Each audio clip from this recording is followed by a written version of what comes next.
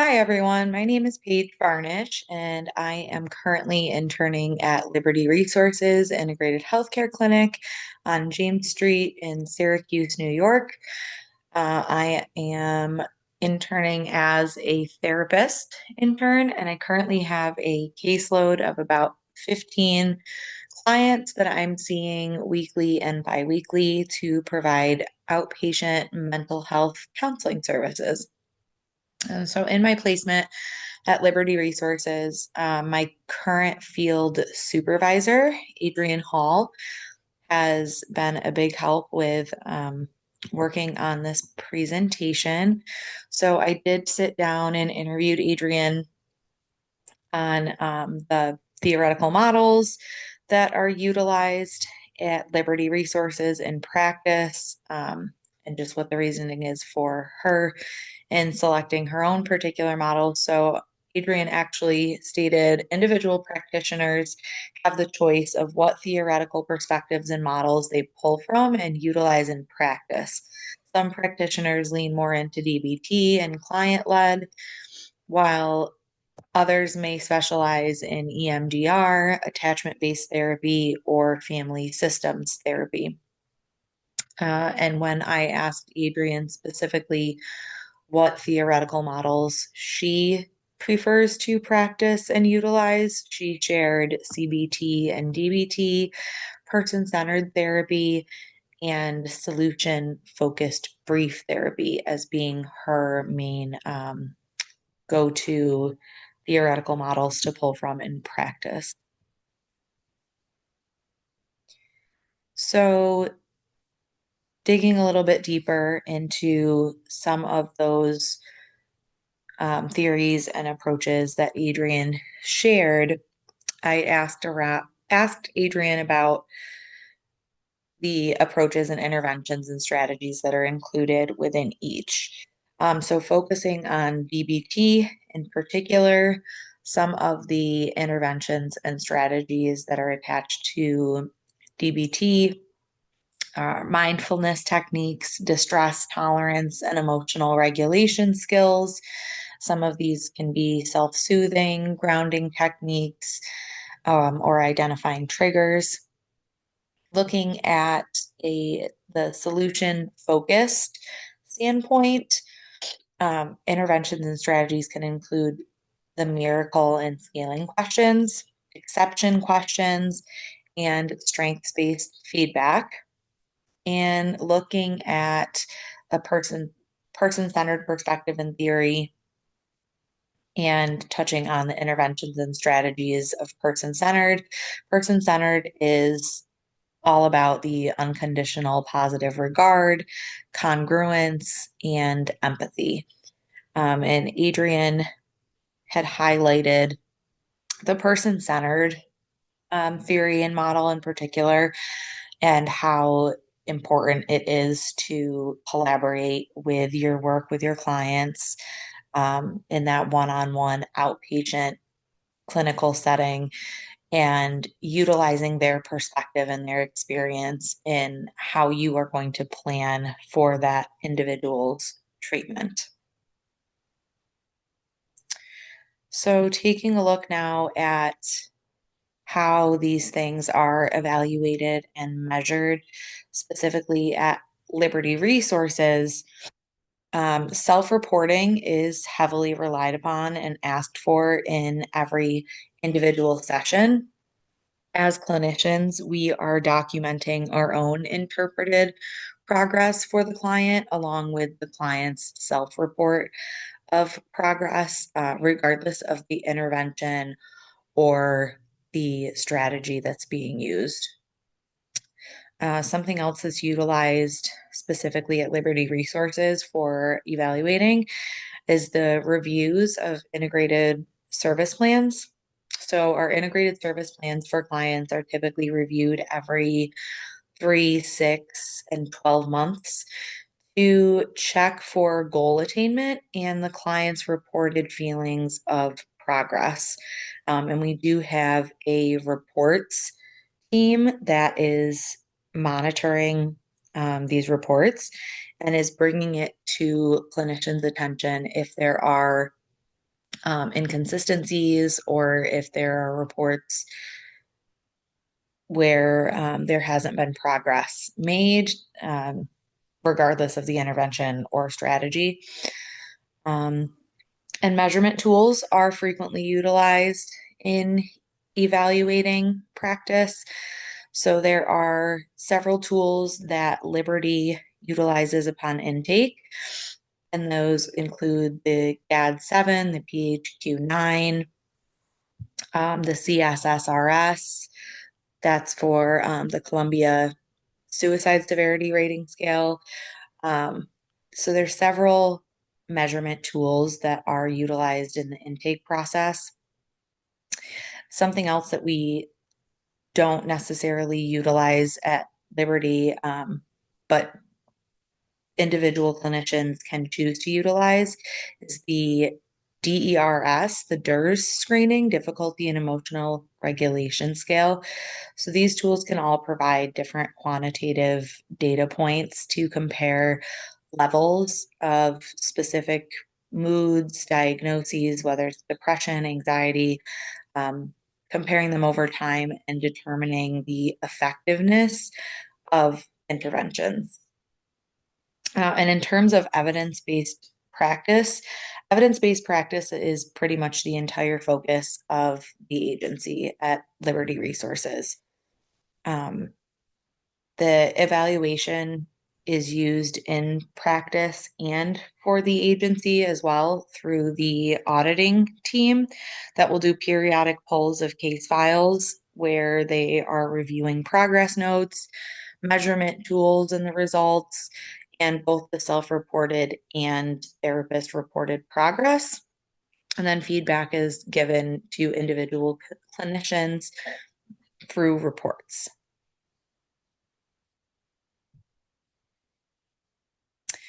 Okay, so shifting out of the interview and focusing on a specific intervention and program. So, admittedly, I did have a bit of difficulty in choosing what intervention and program that I was going to focus on, since Liberty Resources is very personalized to the individual client and focuses a lot on what each individual client is going through and what they are wanting to address when it comes to choosing the intervention or the program.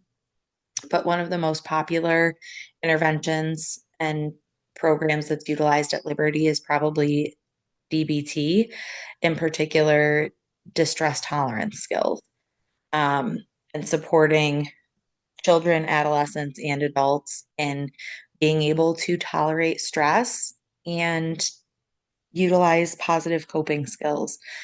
So, some of the things that are covered or touched on in building distress tolerance, self-soothing techniques is utilized often at Liberty, grounding techniques, both in the beginning of session and at the end of session. Wise mind accepts, Dear Man, a couple different acronyms that I'm sure many of us are familiar with since being in school, and also breathing exercises that such as box breathing, deep breathing exercises. Those are all some techniques and strategies that are utilized specifically with the DBT distress tolerance skills intervention. So specifically at Liberty Resources, they also offer adolescent and adult DBT skills groups, and these groups are held weekly. Both groups follow a workbook in group, but they also include regular check-ins in beginning of session, activities that are incorporated into session, opportunities to share experiences and seek support from other group members. And there's also a big psychoeducational piece associated with these groups and just focusing on teaching these skills to both the adolescents and adults that participate in that service and in those groups. So thinking of a target variable, Probably the main target variable that is looked at Liberty Resources, and that is also something that I personally like to pay attention to and measure, is changes in mood and mental health symptoms.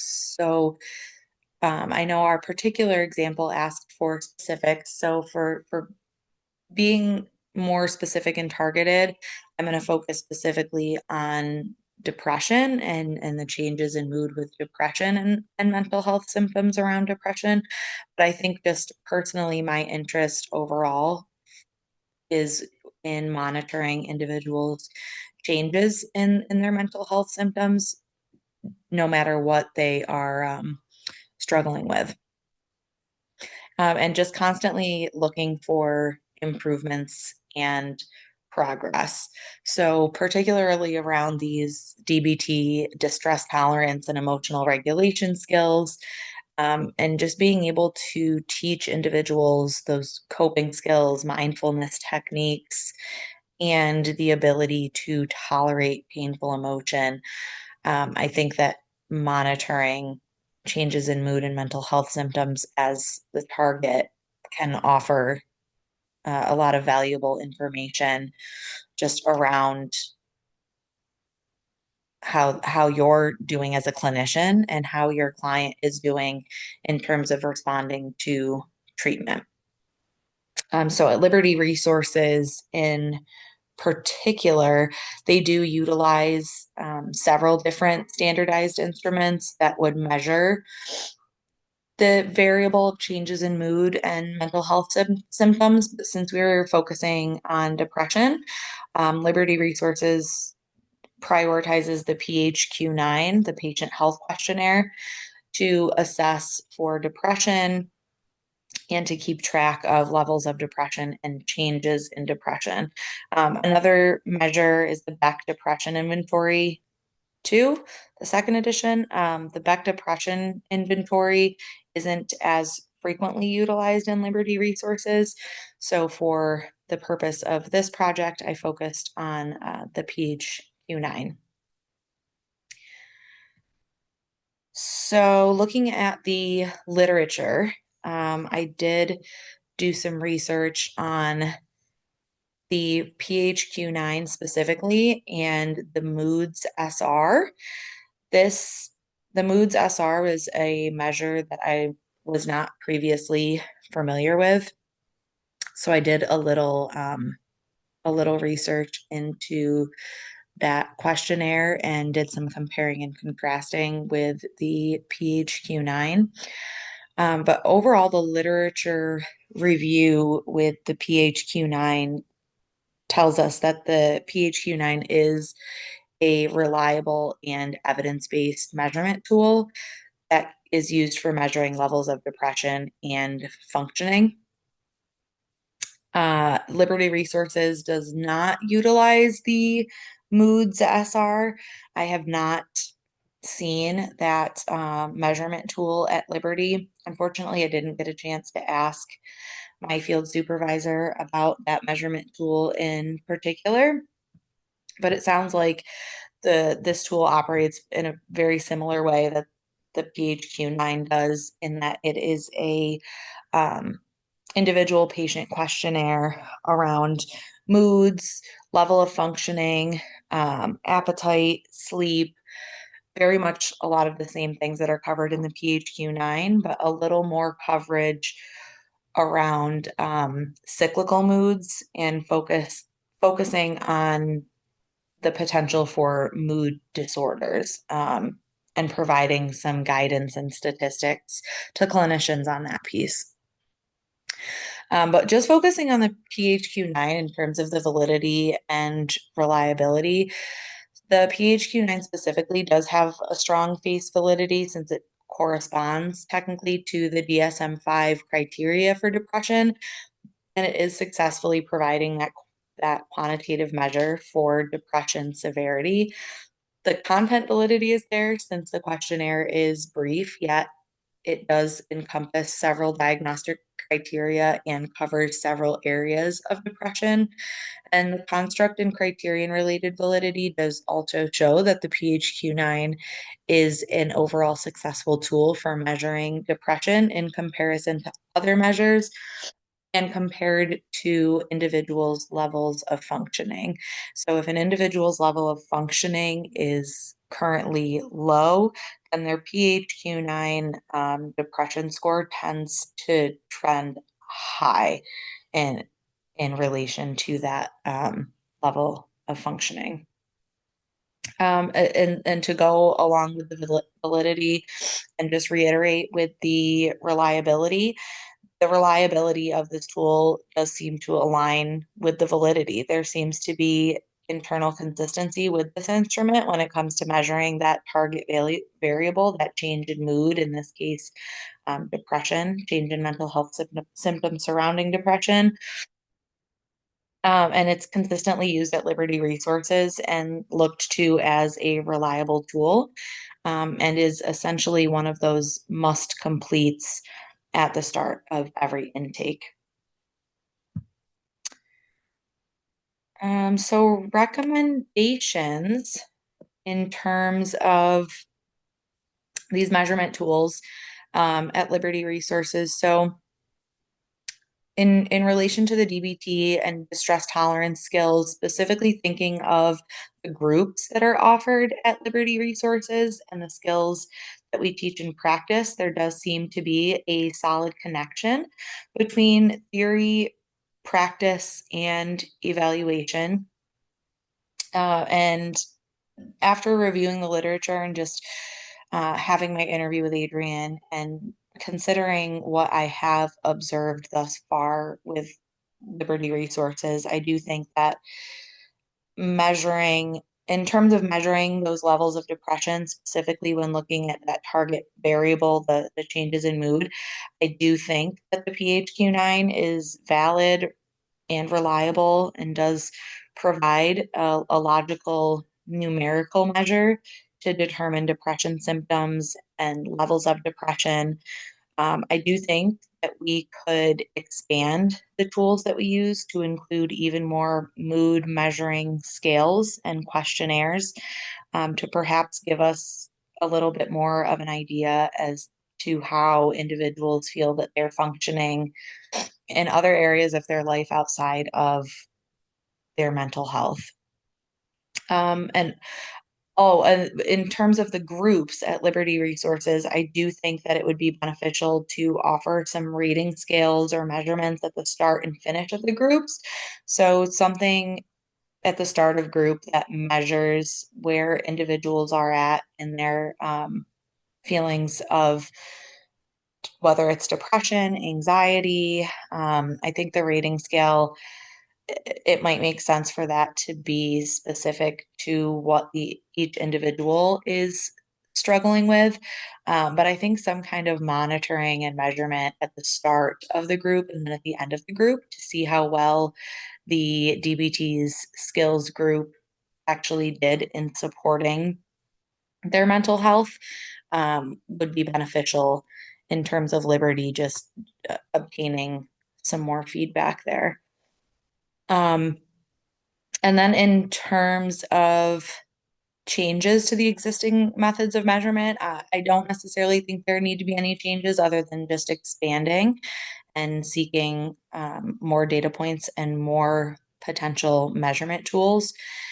And in terms of my own decisions for implementing measurements in the future, I do plan on seeking a lot of self-reported progress in each session with my individual clients and also utilizing those tools like the PHQ-9, the GAD-7, and other mood and symptom measurements. This will, I feel, will just better inform my own practice as a clinician. And since I do consider myself an analytical person, I think this will provide that quantitative piece of data to allow me to track progress and outcomes with the service that I am providing to my clients. And those are my references. And thank you for your time in listening to my presentation on Liberty Resources. Thanks so much.